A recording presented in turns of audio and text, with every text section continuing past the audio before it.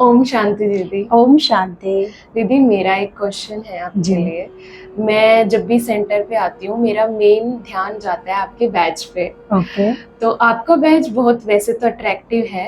आपके बैच में और फिर मैंने देखा है यहाँ पे जितने भी और गोडली स्टूडेंट्स हैं, जब मैंने उनको अक्सर सेवा में जाते हुए देखा है जी। तो उनको जो बैच मिलता है वो आपके बैच से डिफरेंट होता है। तो ये डिफरेंस क्यों है और इन बैचेस का मतलब क्या होता है? जैसे बाहर आप देखते हैं आर्मी, तो आर्मी के अंदर रैंक होते हैं, मेजर है, कर्नल है, ब्रिगेडियर है, तो रैंक के अकॉर्डिंग रिस्पॉन्सिबिलिटीज भी है, राइट। और उनके बैजेस भी अलग अलग हैं। तो उसी के अकॉर्डिंग उनको बैजेस लगते हैं। बैज को देखते ही हमें समझ में आ जाता है ये ब्रिगेडियर है या मेजर है, कर्नल है। तो बेसिकली देखा जाए बैज इसलिए दिया गया है कि आपको एक अथॉरिटी दी गई है, आपको एक रिस्पॉन्सिबिलिटी दी है जिसका राइट आपके हाथ में है। आप उस चीज के लिए यस भी कर सकते हैं, नो भी कर सकते हैं। बट नो अगर आपने किया तो आपसे ही पूछा जाएगा कि नो क्यों किया। अगर वो समाज के हित के लिए नहीं है, उस ऑर्गेनाइजेशन के लिए हित के लिए नहीं है वो आपका नो, तो यानी एक बोझ, एक नेगेटिविटी का सामना आपको करना पड़ेगा। आपने अपनी मन को चलाया, अपने मन के अकॉर्डिंग, सामने वाले का बिहेवियर आपको ठीक नहीं लगा, उसके अकॉर्डिंग या जैसे भी है, तो यानी आप किसी भी चीज़ के लिए जो आपको रिस्पॉन्सिबिलिटी मिली है, दूसरों को सुख देना है उसमें, और आपने उसमें अगर नो किया तो आप रिस्पॉन्सिबल हैं, आपसे पूछा जाएगा। और उसमें उसके बाद आपको अगर आपको लग रहा है कि आपकी तरफ से नेगेटिव हुआ है तो कई बार तो निकाल भी देते हैं, है ना, या कई बार कोई ना कोई सजा दी जाती है या समझानी दी जाती है कि आपको नो नहीं करना है, आपको यस करना है, या यस भी कहाँ तक करना है, आपको नो भी करना चाहिए था। तो आपको समझना है। तो उस अथॉरिटी के अंदर जहाँ आप ओके कर रहे हैं और कहीं आप ओके नहीं कर रहे हैं, तो आपको समझना पड़ेगा। यानी आपकी यस और नो वैलिड है। आप साधारण व्यक्ति नहीं है, आप समाज के हित के लिए, उस ऑर्गेनाइजेशन के हित के लिए काम कर रहे हैं, इसलिए वो बैज दिया गया है ना, आम व्यक्ति को तो नहीं दिया। तो यानी आप एक रिस्पॉन्सिबल पर्सन है, तो आपको उस सीट को, उस समय को, उस पद को, उस कर्म को, उस व्यक्ति को उस समय समझना बहुत ज़रूरी है। तो ऐसे ये बैज नहीं मिल जाते हैं। तो वो जैसे जिस्मानी आर्मी है तो वो देश की रक्षा के लिए है, और ये जो है इसको परमात्मा कहते हैं रूहानी आर्मी, यानी रूह, यानी जो सोल है, जो आज चारों तरफ विकारों के काले बादल हर एक के ऊपर मंडरा रहे हैं। तो वो जो विकार है, जो नेगेटिविटी है, हम जब उसको ज़्यादा बढ़ावा देते हैं, उसको ज़्यादा पालते हैं, तो उसके आधार पर फिर चारों तरफ समाज में भी क्या फैलती है, नेगेटिविटी फैलती है। तो कुछ यहाँ पर जब आते हैं, स्पिरिचुअलिटी से जुड़ते हैं, ज्ञान सुनते हैं, तो आप यानी एक ऐसी चीज़ को समझ रहे हैं जहाँ आप अपनी एक रूह को अपलिफ्ट कर रहे हैं और अपने विकारों से अपने आप को मुक्त कर रहे हैं। तो जब ऐसा लगता है यहाँ पर कि हाँ ये कैपेबल है, इनको बैज दिया जा सकता है, तो फिर वो शिव बाबा वाला बैज भाई बहनों को लगाया जाता है। बाकायदा टीचर दीदी लगाते हैं, और ये अब वो उन पे डिपेंड करता है। कोई बहुत जल्दी 6 महीने 1 साल के अंदर इस ज्ञान को समझते हैं, अपने में परिवर्तन लाते हैं, तो फिर उनको लगता है कि अब बैज दे दिया जाए, तो थोड़ा सा सेवाओं में भी इनको ले लिया जाए। तो इसमें भी ऐसे टेस्ट होता है, मतलब जैसे वो क्वालिफाई करे और फिर वो बैच मिलेगा? नहीं, टेस्ट नहीं है, सिचुएशन आती है। अब कोई भी सिचुएशन आपको सेंटर से आई है या आपस में स्टूडेंट्स को आई है, तो उसको कितना आप बाबा के ज्ञान से उसको हैंडल करते हैं, तो उसमें एक मैच्योरिटी लेवल देखा जाता है कि हाँ ये नेगेटिविटी को बढ़ावा नहीं दे रहे हैं, यहाँ पर गलत यूनिटी नहीं बना रहे हैं, है ना, और नेगेटिव प्रचार संस्था का नहीं कर रहे हैं बाहर। तो उस हिसाब से यानी एक ऐसा ये संगठन है जहाँ गॉडली स्टूडेंट कहा जा रहा है। तो गॉडली स्टूडेंट अगर है तो डिविनिटी तो छलकनी चाहिए, वैल्यूज तो होनी चाहिए। तो वो वैल्यूज अगर दिखाई देती हैं यहाँ पर, तो ऐसे पर्टिकुलर कोई उनका टेस्ट नहीं लिया जाता है, वो तो अपने आप ही पता चलता चला जाता है जब बातें आती हैं कि कितनी समझदारी से चल रहा है, और पंचुअल कितने हैं ना, योगी कितने हैं, मेडिटेटिव माइंड कितना है, उनके घर से भी कोई कंप्लेंट्स नहीं आ रही है, घर वाले भी संतुष्ट हैं, तो ग्रोथ कैसी है, आगे बढ़ रहे हैं। हाँ, हमें लगता है कि ये सेवा के निमित्त बन सकते हैं, इस संस्था में आके वो सेवा दे सकते हैं। तो ऐसे किसी से सेवा नहीं ली जाती है। तो जब लगता है कि हाँ इनमें दिव्य गुण काम कर रहे हैं, तो फिर उनको सेवा दी जाती है। उससे पहले फिर वो बैज लगाया जाता है कि अब आप खुद भी परमात्मा की याद में रहें और सबको आप परमात्मा की याद दिलाएं अपने कर्म से, अपने व्यवहार से। तो उसमें शिव बाबा होते हैं, परमात्मा, गॉड इज लाइट। तो उनको जब हम याद करते हैं, हमें ये याद रहता है कि किसका मेरे पास बैज लगा हुआ है, और लगाएगा भी वही जिसको ये रहता है कि आई एम गॉडली स्टूडेंट। तो उस समय फिर वो फील करेगा ना कि मुझे बैज है तो मैं बाबा की सेवा करूं, परमात्मा की सेवा करूं, जो मैंने सीखा है मैं लोगों को बताऊं। और वो एक रिस्पॉन्सिबिलिटी भी लगती है कि हाँ ये एक रिस्पॉन्सिबिलिटी है। बिल्कुल। तो ये आप लगाते हैं या फिर ये कहीं से आता है, माउंट आबू से? नहीं, हाँ हम लाते माउंट आबू से, बट लगाते हम ही हैं। और कभी कभी तो देखा भी जाता है कुछ स्टूडेंट्स क्योंकि वहाँ जाते हैं माउंट आबू तो अपने आप से भी लगा लेते हैं। पर मेरा ऐसा मानना है कि ये एक रिस्पॉन्सिबिलिटी है हमारी। तो अगर रिस्पॉन्सिबल बंदा आपको अगर पहना रहा है उस संस्था का, जो जिसको अथॉरिटी दी गई है, तो उसकी शान ही अलग है। अब एक बैज भी आपने खरीद के लगा लिया अपने आप से, तो वो कोई शान नहीं होती, क्योंकि आपने उसको ऐवे समझ लिया ना, एक अट्रैक्शन का कारण है। ऐसे लगा लिया तो वो आपको उतनी पावर भी नहीं देता, आपको अवेयरनेस भी नहीं रहेगी। कई बार वो लगा हुआ होता है और कोई गुस्सा करे तो फिर सामने वाला तो कहेगा वैसे तो आप ओम शांति से जुड़े हुए हैं, ब्रह्मा कुमारी संस्था से जुड़े हुए हैं, तो देखो बैज लगा के रखा है और गुस्सा कर रहे हैं। रिस्पॉन्सिबिलिटी ही बनती है। और दूसरा है जो बहनों का बैज है, जिसमें ये लक्ष्मी नारायण है। तो लक्ष्मी नारायण मीन्स जोड़ा, यानी लक्ष्मी नारायण कहाँ थे? सतयुग में थे। और सतयुग में क्या था? एक पवित्र राज्य, सुख और शांति से भरा हुआ राज्य। तो उस राज्य को चलाने वाले ये राजा थे, है ना, दोनों ने उस राज्य को चलाया। तो ये एम ऑब्जेक्ट है कि हमें ऐसा बनना है। और इसकी एक तरह से ये दिखाया हुआ है, क्योंकि यहाँ तो जैसे इक्वालिटी नहीं है ना स्त्री और पुरुष में, है ना, इसलिए घर गृहस्थ में झगड़े हैं, है ना, कहीं पुरुष प्रधान हो रहा है किसी घर में, तो किसी घर में नारी प्रधान हो रही है। तो ये बैलेंस नहीं है।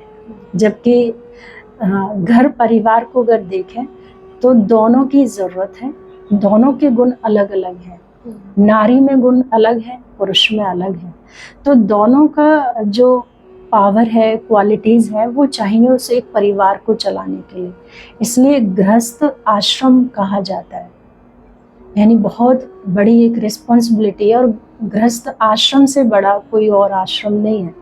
आश्रम से अगर घर गृहस्थ वाले 1 घंटे के लिए आते हैं, तो आश्रम में जो सुख और शांति का जो माहौल है, यहाँ भी हम बड़े लेवल पे देखें तो बहनें एक साथ रहती हैं, सेवाएं बहुत हैं, लेकिन हमारे अंदर वो भाव रहता है देने का, सेवा भाव रहता है। तो आज आश्रम अलग हो गया, गृहस्थी अलग हो गया। तो गृहस्थी यानी मन मर्जी, जब मर्जी खाओ, जब मर्जी लड़ो, बातें करो। तो अखाड़ा बना दिया आज हमने उसको, गृहस्थी को युद्ध का एक मैदान बना दिया। तो ये परम पिता परमात्मा आकर के हमें ज्ञान दे रहे हैं कि जो आने वाली दुनिया है वो कैसी होगी। वहाँ भी जोड़े होंगे, यानी लक्ष्मी नारायण वहाँ भी साथ होंगे, लेकिन कितने प्यार से समानता होगी, इक्वालिटी होगी उनके अंदर। और दोनों एक दूसरे की राय को मानेंगे, यानी अगर वहाँ लक्ष्मी कुछ कह रही है तो नारायण मानेंगे और नारायण कुछ कह रहे हैं तो लक्ष्मी मानेंगे, है ना। तो यानी दोनों के विचारों में समानता है। अब यहाँ वो चीज़ है नहीं, तो अब वो परम पिता परमात्मा यहाँ चाहते हैं। तो ये है एक यूनिवर्सिटी, एक डिवाइन फैमिली भी हम कह सकते हैं, जो वो स्वर्ग आने वाला है। तो परमात्मा ने यहाँ एक मॉडल के रूप में इस ऑर्गेनाइजेशन के जो नियम हैं, रूल्स हैं, वो यहाँ पर बताए हैं कि अगर हम यहीं से वो स्वराज्य लाएंगे तभी हम विश्व पर राज्य कर सकते हैं, यानी वो राज्य हमें तभी मिल पाएगा। तो यहाँ पे स्त्री भी, यानी भाई भी आते हैं, बहनें भी आती हैं, तो मेल फीमेल यहाँ भी आते हैं। लेकिन हम दीदी इस राज्य को चलाने के लिए, यानी सेंटर को चलाने के लिए हम रिस्पॉन्सिबल हो गए। तो ये बैज फिर किसको दिया? हमें दिया। तो यानी हमें इस बात की अवेयरनेस होनी चाहिए कि मेरी दृष्टि में दोनों इक्वल हैं। भगवान के घर में सेंटर पर अगर मेल आ रहे हैं, फीमेल आ रहे हैं, तो मेरी दृष्टि समानता में है, भाई भाई की दृष्टि है, तो वो पक्की मुझे करनी पड़ेगी। ये नहीं कि भाई लोग अगर ज़्यादा सेवाएं दे रहे हैं, ज़्यादा आगे हैं, तो मेरा जो पलड़ा है वो भाइयों की तरफ ज़्यादा झुका हुआ है, बहनों की तरफ कम है, या मेरी बहनों की तरफ, माताओं की तरफ वृत्ति कोई दूसरी है कि अरे ये तो कुछ नहीं करते। तो नहीं, तो यानी मुझे उनकी तरफ भी उतनी ही समानता लानी है। और अगर बहनें कर रही हैं सेवाएं, या बड़ी टाइम की पंचुअल है, वो स्पिरिचुअलिटी को अच्छे से फॉलो कर रहे हैं, सपोज भाई लोग बिजीनेस होने के कारण ऑफिस जाते हैं और नहीं कर पाते हैं, तो मेरा जो दृष्टिकोण है भाइयों की तरफ से बदल जाए, है ना, तो मुझे ऐसे लगे कि माताएं ज़्यादा इस चीज़ में अच्छी जा रही हैं, तो वो ठीक नहीं है। तो परमात्मा हमें यहाँ सिखा रहे हैं कि बच्चे बैज को समझो, ये रिस्पॉन्सिबिलिटी है। तो यहाँ जो आने वाले हैं फिर वो क्या कहेंगे, अरे यहाँ भी आपस में डिस्क्रिमिनेशन, यहाँ भी एक दूसरे को उस तरीके से, उस दृष्टि से देख रहे हैं, मतभेद है ना, यहाँ तो इनको आगे रखा जा रहा है, उनको पीछे किया जा रहा है। तो ये भावनाएं डेवलप ना हो, और जो परमात्मा का कार्य है उसमें सब बराबर पर सहयोगी बने रहे, एक शांति पूर्वक परमात्मा का कार्य हो। क्योंकि सतयुग में भी आप देखेंगे राजा और जो रानी है, वहाँ जो राज्य को चलाएंगे लक्ष्मी नारायण, प्रजा तो नंबरवार ही होगी ना, लेकिन प्रजा के प्रति तो भाव तो उनके पॉजिटिव ही होंगे ना। अब प्रजा है और राज्य भी है और आप खुद राजा हैं, तो प्रजा तो नंबरवार होना स्वाभाविक है ना, नंबरवार होगी तभी तो राज्य चलेगा।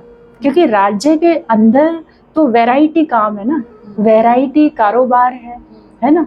तो अब मंत्री तो हर जगह नहीं जाएगा ना, तो मंत्री फिर दास दासी, कितने वैरायटी हमें चाहिए होते हैं। एक इवन आज की डेट में एक कंपनी भी अगर व्यक्ति चलाता है तो मैनेजर अलग चाहिए, उसके फिर नीचे स्टाफ चाहिए, उसके नीचे, है ना, तो कितना हर प्रकार का व्यक्ति चाहिए, तब जा करके वो कंपनी चलती है। अब आप पूरे 100 मैनेजर ही वहाँ पे भर्ती कर दीजिए तो क्या वो चलेगी? तो वो नहीं हो सकता है। तो ये बहुत इंटरेस्टिंग पॉइंट है। जैसे मैं सोचती थी, जैसे ब्रह्मा कुमारी ऑर्गेनाइजेशन है, वो एक वुमेन ओरिएंटेड ऑर्गेनाइजेशन है, वुमेन उसको लीड करती है जी। पर आपने बताया कि बेसिक से वुमेन ओरिएंटेड हो, पर उसको वो रखते हुए, वो रिस्पॉन्सिबिलिटी को देखते हुए ये समझना है कि मेल भी मेरे लिए इक्वल है और फीमेल भी इक्वल है, राइट। तो वो दोनों को देखो, रिस्पॉन्सिबिलिटी तो पहले तो दृष्टि में आनी चाहिए कि मेरी ये रिस्पॉन्सिबिलिटी मुझे लेनी है कि जहाँ भी मैं हूँ, परमात्मा ने मुझे ट्रस्टी बनाया, निमित्त बनाया है, तो मैं रिस्पॉन्सिबल हूँ दृष्टि के थ्रू प्योरिटी की। क्योंकि एक पवित्र राज्य हम चाह रहे हैं, एक दिव्य गुणों से भरा हुआ राज्य हम चाह रहे हैं ना। कहते थे भारत सोने की चिड़िया थी, घी दूध की नदियां बहती थी, वसुधैव कुटुंब की भावना थी, आपसी प्यार था। तो अगर उस दुनिया को हम लाना चाह रहे हैं, और यानी कभी तो थी और वो वापस फिर से हम चाह रहे हैं सभी, तो अब कलयुग है। तो जब कलयुग में हमने इतना सबने अपनी नेगेटिविटी का हेल्प की, तभी तो कलयुग आया ना। अगर ऐसे ही हम सब ये रिस्पॉन्सिबल बन जाएं कि नहीं, कि मुझे पॉजिटिविटी को ही फैलाना है, हर कोई ऐसा अपना कंट्रीब्यूशन उसमें दे, तो सतयुग तो बहुत जल्दी आ जाएगा। तो और वो अभी से, तो सबसे पहले हमें अपने दृष्टिकोण में चेंज लाने की यहाँ पे जरूरत है कि मेरी दृष्टि में, मेरे थॉट्स में अगर वो इक्वालिटी है, पवित्रता है, भाईचारा है, आत्मिक रूप में मैं उनको देख पा रही हूँ, उनकी क्वालिटीज़ को समझ पा रही हूँ, वो क्यों नहीं कर पा रहे हैं उसको भी समझ पा रही हूँ, और उनको अपलिफ्ट करती हूँ कि नहीं ठीक है, आज नहीं कर पा रहे हैं, कल कर लेंगे, है ना, जो भी सेवा ये तो अपने लिए है। तो जब मैं यही वो वसुधैव कुटुंब की भावना लाऊंगी, तब तो मुझे मेरा ये लक्ष्य पूरा होगा ना, ये एम ऑब्जेक्ट मेरा पूरा होगा। तो ये बैज इसलिए परमात्मा ने हमें पहनाया है, तो हमारी बहुत ज़्यादा रिस्पॉन्सिबिलिटी है। और ये बहुत परमात्मा कहते, कभी कभी आपको लगता है, क्योंकि सभी प्रकार के यहाँ ऑर्गेनाइजेशन से जुड़े हुए हैं, हर एक की विचारधाराएं अलग हैं, तो हम करते करते सेवा और या चलते चलते कहीं हमें ऐसा ना लगे कि ओहो हो पाएगा या नहीं, ये सब नहीं हो पाएगा, कैसे कर पाएंगे। तो फिर परमात्मा हमें याद दिलाते हैं, बच्चे अपने बैज को देखो। तो परमात्मा फिर यही कहते हैं कि कभी आप हिम्मतहीन होते हो, दिल शिकस्त होते हो सेवाएं देते देते, तो कभी आपको लगता है, तो परमात्मा कहते बच्चे इसको देखो, आप ऐसा बनने जा रहे हो, तो आपको याद आएगा। तो अपनी वो जो क्वालिटीज़ है, अपना वो जो स्वरूप है, दैवी स्वरूप, वो आपको विजुलाइज होने लगेगा। और विजन तो अच्छा ही होता है हमेशा। आपने देखा होगा वैसे भी दुनिया में लोग जैसे मैनिफेस्ट की बहुत बात करते हैं, विजुलाइजेशन की बहुत बात करते हैं, है ना, लॉ ऑफ अट्रैक्शन। तो उसमें एक है विज़न। अपना विज़न देखो आप कि आप क्या बनने वाले हो, अपने गोल को लगा दो, है ना, अपने मोबाइल के वॉलपेपर पे या नोटिस बोर्ड पे कि आप जो बनने वाले हैं बार बार आपकी आंखों के सामने आए। देखा होगा जब बच्चा पेट में होता है तो उनके सामने उठते ही ताकि वो देखें उस चित्र को, तो भगवान का या श्री कृष्ण का मोस्टली वो चित्र लगा देते हैं कि देखेंगे तो वो बच्चा भी देख रहा है, तो वैसे उसमें वो संस्कार जाएगा, माँ जैसा सोचेगी।